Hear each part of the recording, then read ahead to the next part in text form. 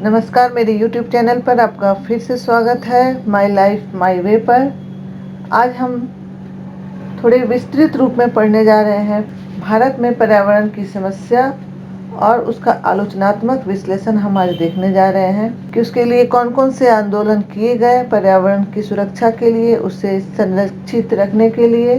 तो आइए हम पढ़ते हैं पूरी समस्या और उससे होने वाली हानियाँ और उसके समाधान के क्या प्रयास किए गए। भारत के लिए चुनौतियां हैं। वायु प्रदूषण, जल प्रदूषण, कचरा और प्राकृतिक पर्यावरण के प्रदूषण भारत के लिए चुनौतियां हैं। पर्यावरण की समस्या की परिस्थिति 1947 से 1995 तक बहुत ही खराब थी। 1995 से 2010 के बीच विश्व बैंक के विशेषज्ञों के अध्ययन के अनुसार अपने पर्यावरण के मुद्दों को संबोधित करने और अपने पर्यावरण की गुणवत्ता में सुधार लाने में भारत दुनिया में सबसे तेजी से प्रगति कर रहा है। फिर भी भारत विकसित अर्थव्यवस्थाओं वाले देश के स्तर तक आने में इसी तरह के पर्यावरण की गुणवत्ता तक पहुंचने के लिए एक लंबा सफर भारत को तय करना है। भारत के लिए यह एक बहुत बड़ी चुनौती और अवसर है। पर्यावरण की समस्या भारत में बीमारी, स्वास्थ्य के मुद्दों और लंबे समय तक आजीविका पर प्रभाव का मुख्य कारण है। हम परिचय देख लेते हैं। भारत में विकास के साथ साथ पर्यावरण आधारित संघर्ष भी बढ़ते जा रहे हैं। ये आम आदमी के परंपरागत अधिकारों से वंचित होने की पीड़ा को दर्शाते हैं। इन्होंने आम आदमी को अपने परंपरागत अधिकारों की रक्षा के लिए संघर्ष करने को मजबूर किया है। ये आंदोलन जहां एक ओर पर्यावरण का संरक्षण की लड़ाई लड़ रहे हैं, वहीं आम आदमी के परंपरागत अधिकारों की रक्षा की बात भी कर रहे हैं, क्योंकि मूलतः दोनों एक दूसरे पर निर्भर हैं, जो कि वस्तुतः प्राचीन भारतीय संस्कृति की विशेषता रही है। इन्होंने विकास के वर्तमान मॉडल को वैचारिक चुनौती भी दी है। अब हम परिचय जान लेते हैं। भारत में विकास के साथ साथ पर्यावरण आधारित संघर्ष भी बढ़ते जा रहे हैं। ये आम आदमी के परंपरागत अधिकारों से वंचित होने की पीड़ा को दर्शाते हैं। इन्होंने आम आदमी को अपने परंपरागत अधिकारों की रक्षा के लिए संघर्ष करने को मजबूर कर दिया है। ये आंदोलन जहां एक ओर पर्यावरण संरक्षण की लड़ाई लड़ रहे हैं, वहीं आम आदमी के परंपरागत अधिकारों की रक्षा की बात भी कर रहे हैं, क्योंकि मूलतः दोनों एक दूसरे पर निर्भर हैं, जो कि वस्तुतः भारतीय प्राचीन संस्कृति की विशेषता रही है। इन्होंने विकास के वर्तमान मॉडल को वैचारिक चुनौती भी दी है। पर्यावरण आंदोलनों ने भारतीय लोकतंत्र तथा नागरिक समाज को एक नया आयाम दिया है। हम कारण देख लेते हैं। कुछ पर्यावरण के मुद्दों के बारे में कारण के रूप में आर्थिक विकास को उद्धृत किया है। दूसरे, आर्थिक विकास में भारत के पर्यावरण प्रबंधन में सुधार लाने और देश के प्रदूषण को रोकने के लिए महत्वपूर्ण है। बढ़ती जनसंख्या भारत के पर्यावरण क्षरण का प्राथमिक कारण भी है और ऐसा सुझाव दिया गया है कि व्यवस्थित अध्ययन में इस सिद्धांत को चुनौती दी गई है। तेजी से बढ़ती हुई जनसंख्या व आर्थिक विकास और शहरीकरण और औद्योगिकीकरण में अनियंत्रित वृद्धि, बड़े पैमाने पर औद्योगिक विस्तार तथा त्रिवीकरण तथा जंगलों का नष्ट होना इत्यादि भारत में पर्यावरण संबंधी समस्याओं के प्रमुख कारण हैं। प्रमुख पर्यावरणीय मुद्दों में वन और कृषि भूमि क्षरण, संसाधन रिक्तीकरण जैसे पानी, खनिज, वन, रेत, पत्थर आदि।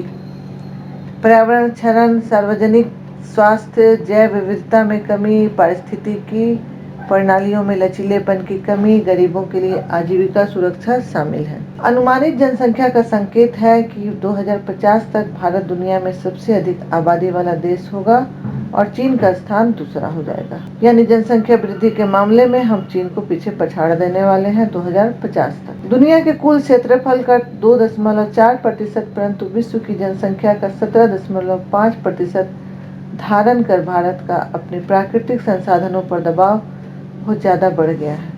कई क्षेत्रों पर पानी की कमी, मिट्टी का कटाव और कमी, वनों की कटाई, वायु और जल प्रदूषण के कारण बुरा असर पड़ता है। अब हम देखते हैं प्रमुख समस्याएं। भारत की पर्यावरणीय समस्याओं में विभिन्न प्राकृतिक खतरे, विशेष रूप से चक्रवात, वार्षिक मानसून बाढ़, जनसंख्या वृद्धि, बढ़ती हुई व्यक्तिगत खपत, औद्योगिकीकरण, ढांचागत विकास, घटिया कृषि पद्धतियां और संसाधनों का समान वितरण है। और इनके कारण भारत के प्राकृतिक वातावरण में अत्यधिक मानवीय परिवर्तन हो रहा है। एक अनुमान के अनुसार खेती योग्य भूमि का 60% भूमि कटाव, जलभराव और लवणता से ग्रस्त है। यह भी अनुमान है कि मिट्टी की ऊपरी परत में से प्रति वर्ष 4.7 से 12 अरब टन मिट्टी कटाव के कारण खो रही है। 1947 से 2002 के बीच पानी की औसत वार्षिक उपलब्धता प्रति व्यक्ति 70% कम होकर 1822 घन मीटर रह गई है तथा भूगर्भ जल का अत्यधिक दोहन हरियाणा, पंजाब व उत्तर प्रदेश में एक समस्या का रूप ले चुका है। भारत में वन क्षेत्र इसके भौगोलिक क्षेत्र का 18.34% यानी 6,37,000 वर्ग किलोमीटर है। देश भर के वनों के लगभग आधे मध्य प्रदेश 20.7% और पूर्वोत्तर 7 प्रदेशों 25.7% में पाए जाते हैं। इसमें से पूर्वोत्तर राज्यों के वन तेजी से नष्ट हो रहे हैं। वनों की कटाई ईंधन की लकड़ी और कृषि भूमि के विस्तार के लिए हो रही है। यह प्रचलन औद्योगिक और मोटर वाहन प्रदूषण के साथ मिलकर वातावरण का ताप बढ़ा देता है, जिसकी वजह से वर्षण का स्वरूप बदल जाता है और अकाल की आवृत्ति बढ़ जाती है। अब हम देख लेते हैं जल प्रदूषण।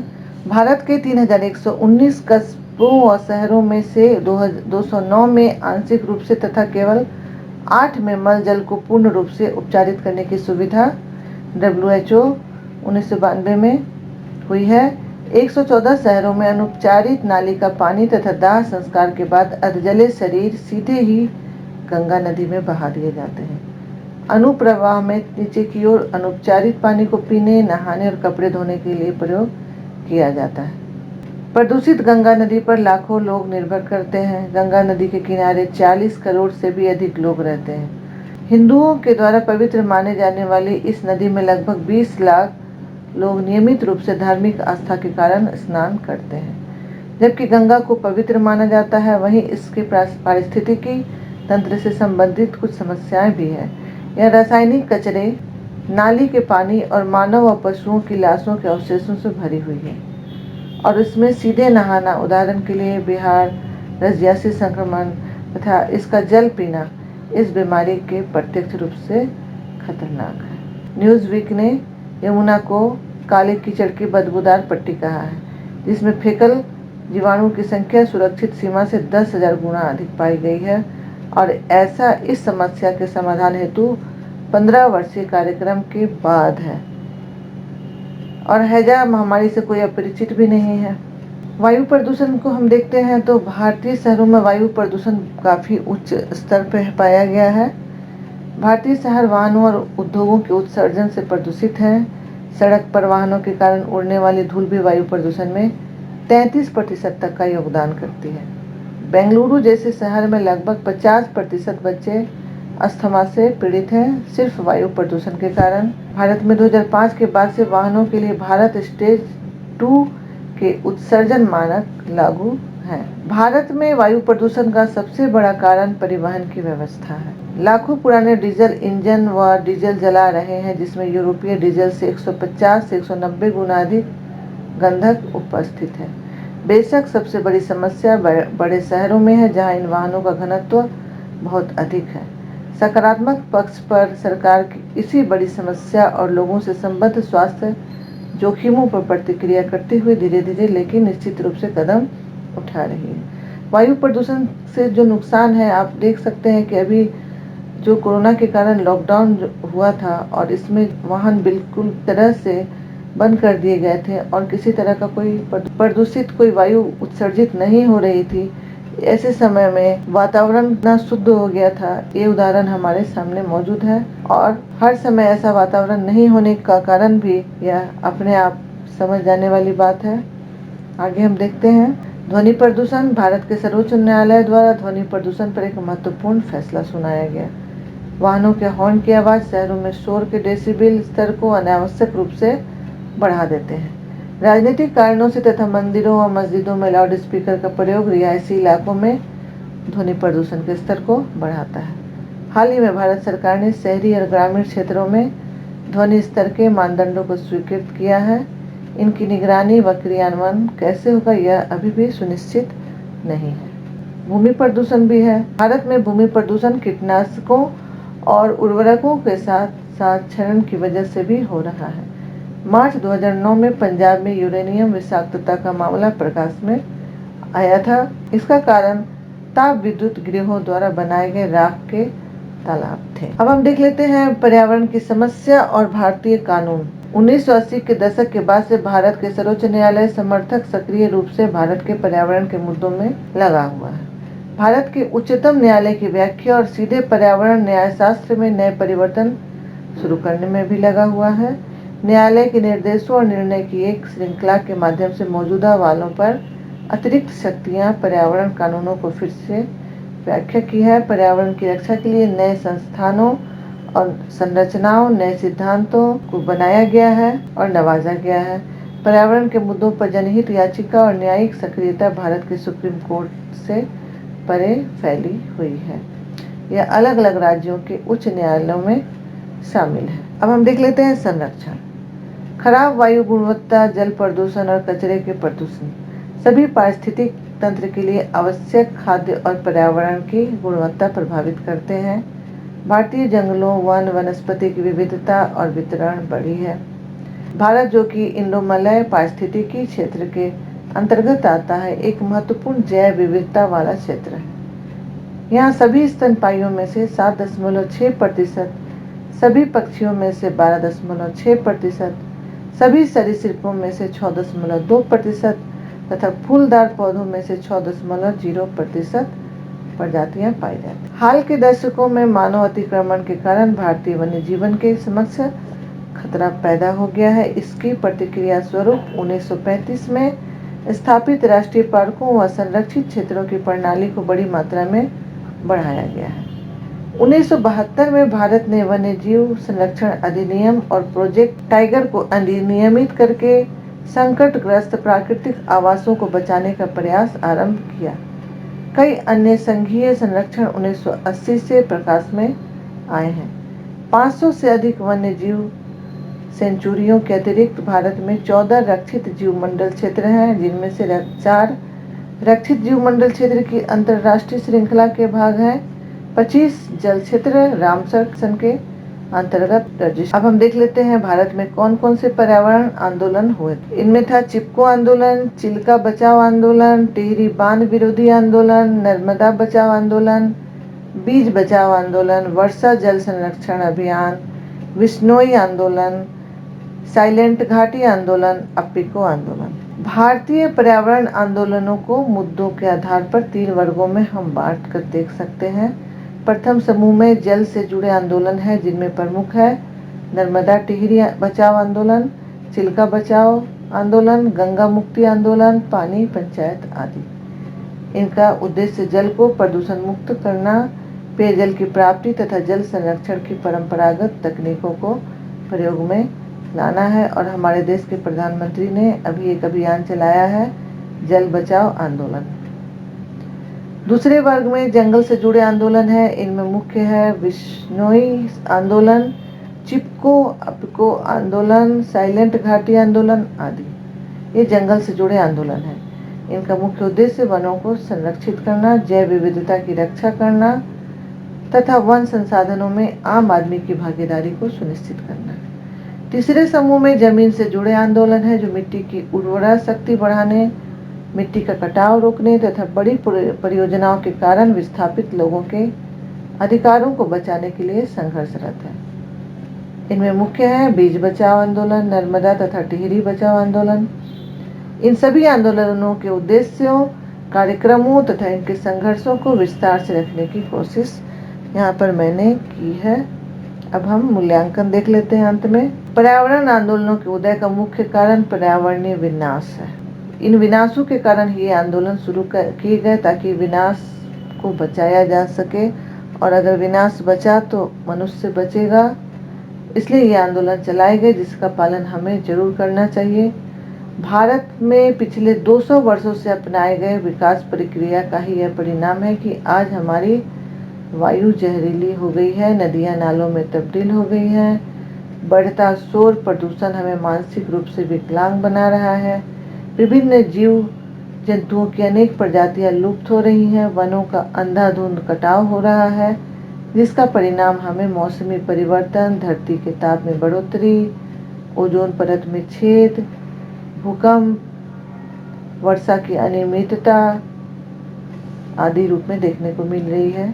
हमारी विकास प्रक्रिया ने हजारों लोगों को जल, जंगल और जमीन से बेदखल कर दिया। जंगल काटे जा रहे हैं और वहाँ लोग बसते जा रहे हैं, उद्योग धंधे स्थापित किए जा रहे हैं।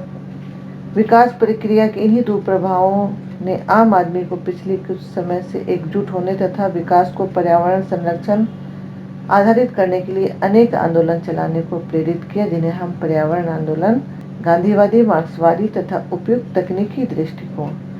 गांधीवादी दृष्टिकोण पर्यावरणीय समस्याओं के लिए मानवीय मूल्यों में हो रहे तथा आधुनिक उपभोक्तावादी जीवन शैली को जिम्मेवार मानते हैं। दूसरी तरफ मार्क्सवादी दृष्टिकोण है। इस समस्या की समाप्ति के लिए गांधीवादी दृष्टिकोण वाले प्राचीन भारतीय सांस्कृतिक मूल्यों की पुनः स्थापना करने पर जोर देते हैं। यह दृष्टिकोण पूर्व औपनिवेशिक ग्रामीण जीवन की ओर लौटने का आह्वान करता है, जो सामाजिक तथा पर्यावरणीय सौहार्द पर आधारित था। और ये काफी हद तक ही थी बात गांधीवादी दृष्टिकोण। दूसरी तरफ हम देखते हैं मार्क्सवादी दृष्टिकोण में पर्यावरणीय संकट को राजनीतिक तथा आर्थिक पहलुओं से जोड़ा जाता है। इसका मानना है कि समाज में संसाधनों का असमान वितरण पर्यावरणीय समस्याओं का मूल कारण है। अतः मार्क्सवादियों के अनुसार पर्यावरणीय सौहार्द पाने के लिए आर्थिक समानता पर आधारित समाज की स्थापना एक अनिवार्य शर्त है। तीसरी ओर उपयुक्त तकनीकी दृष्टिकोण है। औद्योगिक और कृषि, बड़े तथा छोटे बांधों, प्राचीन तथा आधुनिक तकनीकी परंपराओं के मध्य सामंजस्य लाने का प्रयत्न करता है। यह दृष्टिकोण व्यवहारिक स्तर पर गांधीवादी तकनीकों तथा रचनात्मक कार्यों से बहुत मेल खाता है। इन तीनों दृष्टिकोणों की एक झलक हम चिपको आंदोलन में देख सकते हैं। इस तरह हमने पर्यावरण संकट पर चर्चा आज की और 3 तरह के दृष्टिकोण देखे, जो कि जरूरी है और जो सबसे उपयुक्त है, हमें जरूर उसका पालन करना चाहिए। और यह तीसरा जो दृष्टिकोण है, ये सबसे सही है। इसमें गांधीवादी दृष्टिकोण भी शामिल है, जिसके अनुसार मनुष्य को अपने उन क्रियाकलापों पर प्रतिबंध लगाने होंगे जो प्रकृति को नुकसान पहुंचा रही है और नष्ट कर रही है और बहुत सारे बुरे परिणामों का कारण भी बन गई है। आज पर्यावरण को बचाने की आवश्यकता बहुत ज्यादा हो गई है। हमें शुद्ध वायु नहीं मिल रही है, शुद्ध जल नहीं मिल रहा है, खाने की सारी चीजें शुद्ध नहीं है, केमिकल का इस्तेमाल इतना ज्यादा है कि साग सब्जियां खाने वाले भी कैंसर से पीड़ित हो सकते हैं। हवा दूषित है, जल दूषित है। तो आज हमें अपने पर्यावरण को बचाना है, अपनी धरती को बचाना है, तभी हम जीव को बचा सकते हैं। इसके साथ ही ये चर्चा समाप्त होती है। हम मिलते हैं आपसे अगले वीडियो में। तब तक के लिए वीडियो देखने के लिए धन्यवाद। अगर आपको ये अच्छा लगा, समझ में आई बात, उद्देश्य और विश्लेषण और इसका मूल्यांकन, तो आप अपने दोस्तों के साथ भी इसे शेयर जरूर करें। धन्यवाद।